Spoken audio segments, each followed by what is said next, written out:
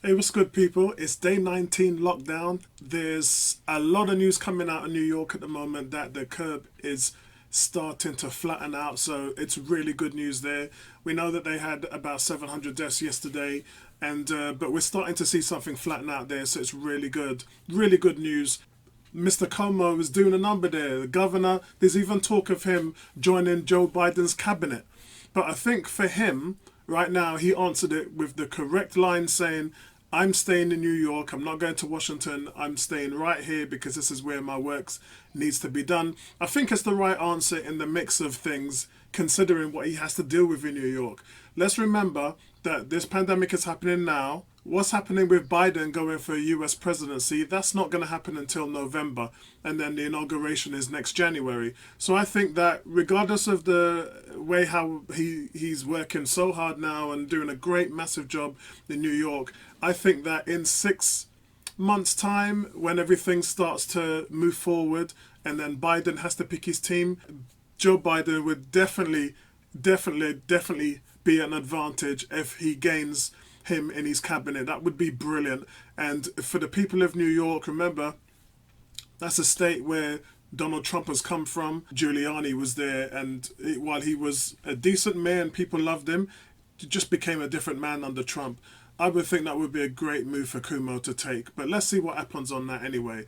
The thing about America right now is they've had 2,000 plus deaths. Remember, no other country in the world has had 2,000 deaths in a single day. America's now had it for 4 days in a row.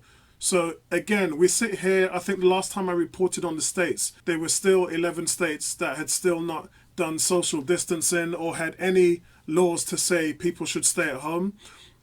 Since then, there's been another 3 states. So as we are today, there's still 8 states now out of the 52 that has still not locked it down. And that's a concern because, as I said, it just spoils the work that everybody around them's doing.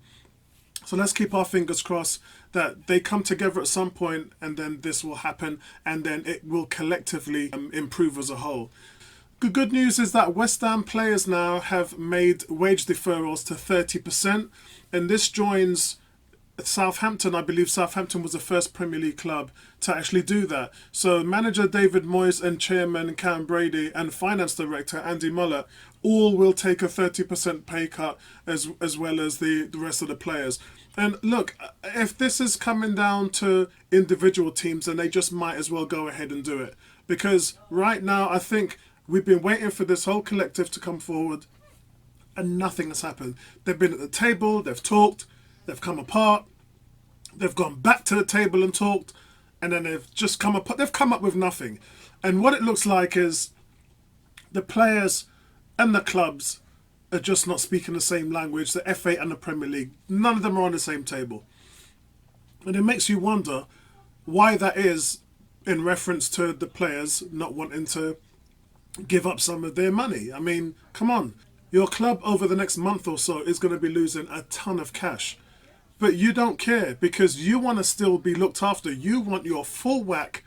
What money you signed for in your contract, that's what you want. And you don't care about anything else. And it's a shame because do you remember when I talked about the NFL and I said in the NFL you actually get paid only for the weeks that you play? Whereas we don't have that here. You get paid all year round, so the money's constantly coming in. And I think that it's a massive disparity in terms of pay to play. And right now, I think that this is something that they're going to have to look at moving forward because there's just too much power to the players. The players don't care. The NHS need help. They need money. I was watching a video today, a fantastic breakdown on the technology that Tesla are using to make ventilators. And they're using 16 car parts in the Tesla Model 3. 16 parts in a ventilator is used to make that from Tesla. And honestly, doctors and nurses are looking at this technology thinking, wow, I can't believe that this company has put something together and engineered a device which would help doctors and nurses and people breathe. I mean, even the dashboard screen, the tablet in the Tesla Model 3, they're using that as the printout, which is touchscreen. So it's just fantastic. I mean, the whole of the piping, the whole of the gas chambers where the oxygen goes through, the infiltration chamber, everything there looks brilliant. The videos are actually, you know what I'm gonna do? I'm gonna drop it in the comment section below so that you guys can have a look at that as well. It is about 25 minutes. And a lot of it is stuff we don't understand because obviously you'd have to be a medical doctor to get the interpretations and the specific detail of what these engineers have done is nothing short of remarkable. But then that's again a really, really good sign and fantastic news that companies like this are pitching forward and helping these hospitals. Great news. But on top of that, guys, talking about Formula One, the Formula One Championship at the moment could still hold a World Championship this year, even if the season can't start until October. Remember, guys, you need a minimum of 8 races for a season to qualify for a championship.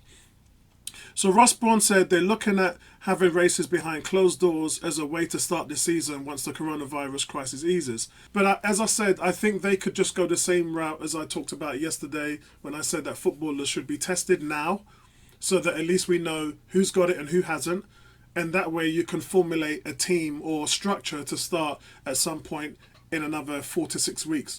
So that you can then say, okay, end of May, we're going to restart the Formula One season or we're going to restart something and then have it with people who are fit and healthy and then just run it behind closed doors.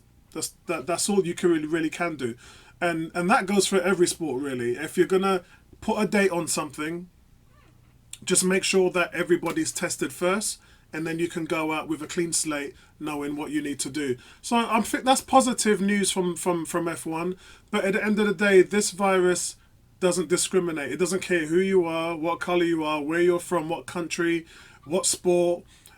You know, it doesn't care about anything. So the virus will dictate when things start, because what you don't want is a second wave creeping up because you're rushing to do something.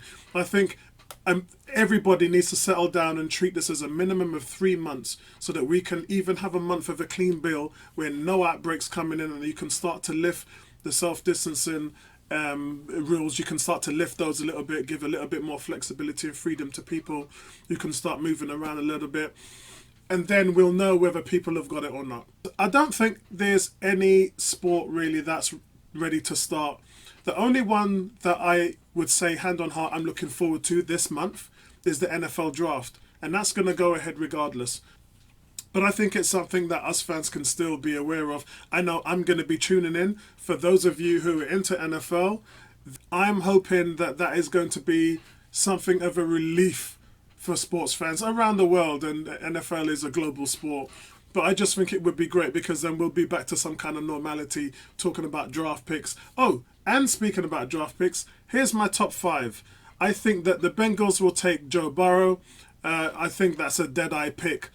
Obviously, with Tua being hurt and the Bengals being all about a new quarterback, I don't think that we're going to see anything else other than it being Joe Burrow. My team, the Redskins, pick at number 2. I think that's going to be Chase Young. I think it's the most obvious pick in the draft as far as the Redskins goes. They've got no pass rush. They've been struggling with getting to the quarterback for a long time. They've actually built that line with first-round draft picks with Daron Payne, Jonathan Allen. You know, they're loaded with first-round picks in there. And then obviously Carrigan is still there. He's a first-round pick. Matt Ioannidis isn't, but obviously if Chase Young comes in, then they're literally the whole front line of first-round draft picks. And let's remember also Reuben Foster, who had nerve problems. He's coming back at linebacker, so it's going to be a completely different defense this season. So I think the Redskins are going to go with Chase Young, and regardless what happens, if they don't, then they trade down. Look for them to take a linebacker, probably Isaiah Simmons with a trade down. And, you know, they're going to still have to do something about the pass rush regardless. But that's how I think the Redskins are going to go. Number 3, Detroit Lions, cornerback Jeff Okudah. I think they're going to go for him. They've got a massive hole there at cornerback. I think that that's the only thing they can do. Obviously, there isn't much left in free agency as far as cornerback goes. And Simmons would make a lot of sense there if he went in at linebacker. But I just think cornerback is something that they have to go with. New York Giants. They need offensive linemen. They need to protect Daniel Jones. They need to protect him. And I think that they'll definitely go for Meke Beacon. I think that they'll go for him. It's something that they do, that he's freakishly athletic as a lineman. It reminds me a lot of Trent Williams, but I think they have to go for protection at the quarterback position. And then the Dolphins at number 5, yes, you guessed it, it's going to be Tua, who's going to go to the Dolphins. What they did last season didn't work, and I'm giving Miami the choice of any quarterback in this draft, really, and they can't get Burrow, and they wouldn't want to, knowing that Tua is going to fall at number 5. Justin Herbert or Jordan Love could even be options there, and they could trade back and then nab another quarterback there. But I just guess that they'll go for Tua because, you know, they have to. They got no choice. And that's who I think are the top 5 that are going to go in the NFL draft. But guys, listen, I'm going to leave it right there. And you guys look after yourself, look after your family, keep tight, hashtag stay home, peace out.